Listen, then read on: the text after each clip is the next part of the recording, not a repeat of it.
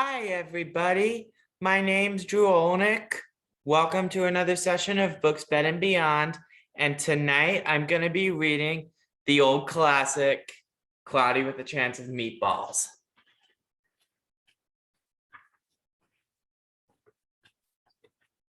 We were all sitting around the big kitchen table. It was Saturday morning, pancake morning. Mom was squeezing oranges for juice. Henry and I were betting on how many pancakes we could each eat, and Grandpa was doing the flipping.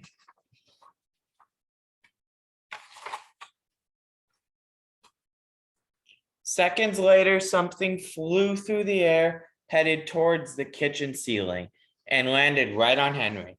After we realized that the flying object was only a pancake, we all laughed, even Grandpa. Breakfast continued quite uneventfully. All the other pancakes landed in the pan, and all of them were eaten, even the one that landed on Henry.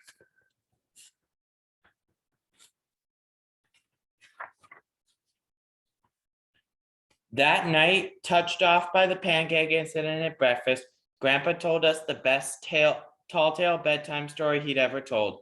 Across an ocean, over lots of huge bumpy mountains, across 3 hot deserts, and across one smaller ocean, there lay the tiny town of Chew and Swallow.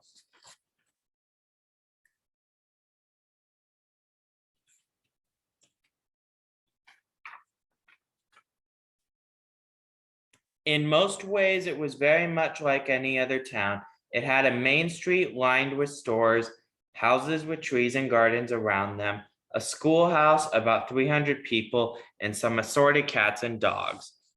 But there were no food stores in the town of Chew and Swallow. They didn't need any. The sky supplied all the food they could possibly want. The only thing that was really different about Chew and Swallow was its weather. It came 3 times a day, at breakfast, lunch, and dinner. Everything that everyone ate came from the sky.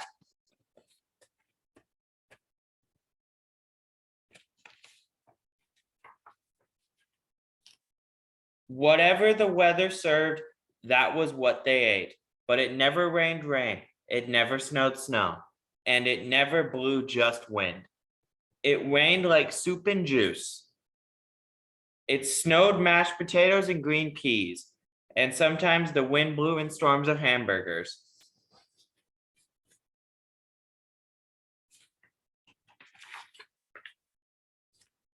The people could watch the weather report on television in the morning, and they would even hear a prediction for the next day's food. When the townspeople went outside, they carried their plates, cups, glasses, forks, spoons, knives, and napkins with them. That what they would always be prepared for any kind of weather. If there were leftovers, and there usually were, the people took them home and put them in the refrigerators in case they got hungry between meals. The menu varied. By the time they woke up in the morning, breakfast was coming down. After a brief shower of orange juice, low clouds of sunny side up eggs moved in, followed by pieces of toast, butter and jelly sprinkled down for the toast, and most of the time it rained milk afterwards. For lunch one day, frankfurters, already in their rolls, blew in from the northwest at about 5 miles an hour. There were mustard clouds nearby. The wind shifted to the east and brought in baked beans. A drizzle of soda finished the meal.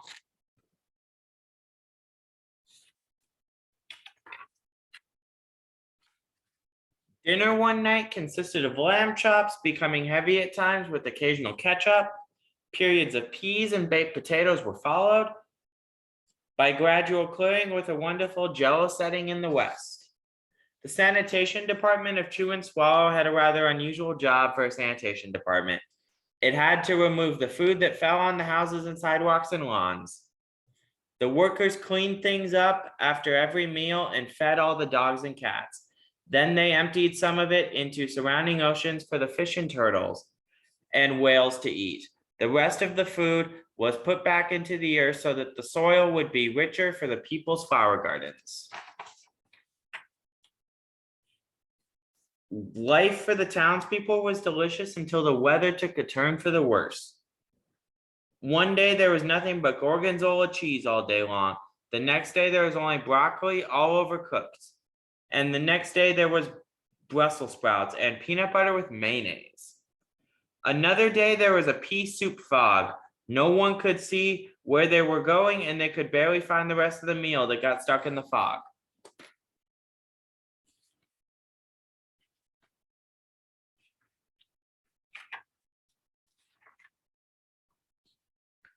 The food was getting larger and larger, and so were the portions.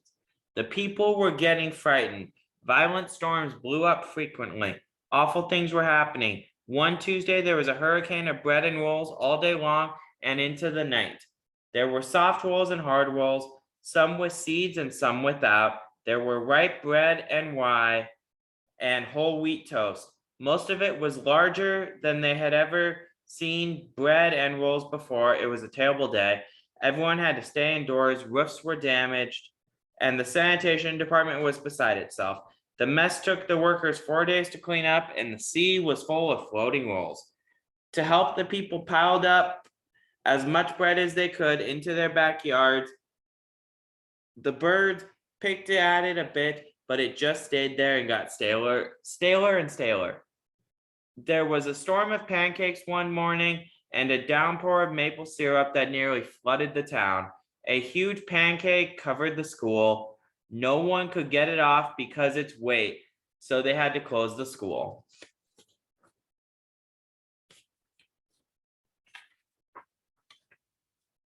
Lunch one day brought 15-inch drifts of cream cheese and jelly sandwiches. Everyone ate themselves sick, and the day ended with a stomachache. There was an awful salt and pepper wind accompanied by an even worse tomato tornado. People were sneezing themselves silly and running to avoid the tomatoes. The town was a mess. There were seeds and pulp everywhere.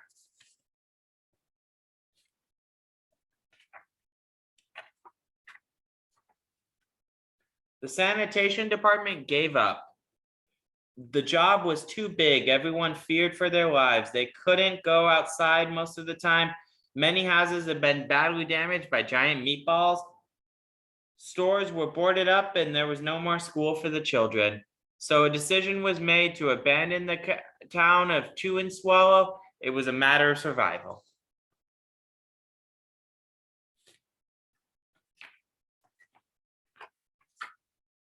The people glued together the giant pieces of stale bread, sandwich style with peanut butter, took the absolute necessities with them, and set sail on their rafts for a new land.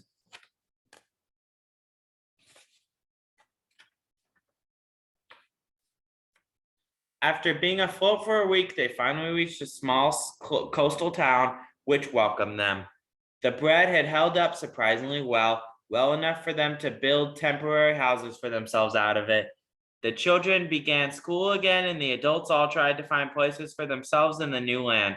The biggest change they had to make was getting used to buying food at a supermarket. They found it odd that the food was kept on shelves, packaged in boxes, cans, and bottles. Meat that had to be cooked was kept in large refrigerators. Nothing came down from the sky except rain and snow. The clouds above their heads were not made of fried eggs. No one ever got hit by a hamburger again, and nobody dared to go back to Chew and Swallow to find out what had happened to it. They were too afraid. Henry and I were awake until the very end of Grandpa's story. I remember his goodnight kiss.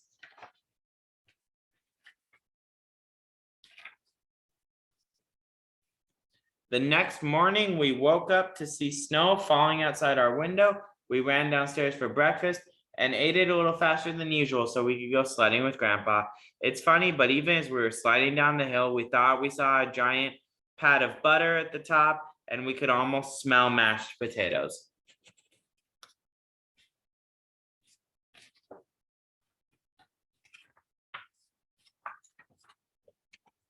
The end. Thanks for reading with me, everybody. And don't forget to stop by Above and Beyond Children's Museum for your Just Kids Dental Books, Bed and Beyond bedtime kit. Just a $5 donation. Have a great day, guys.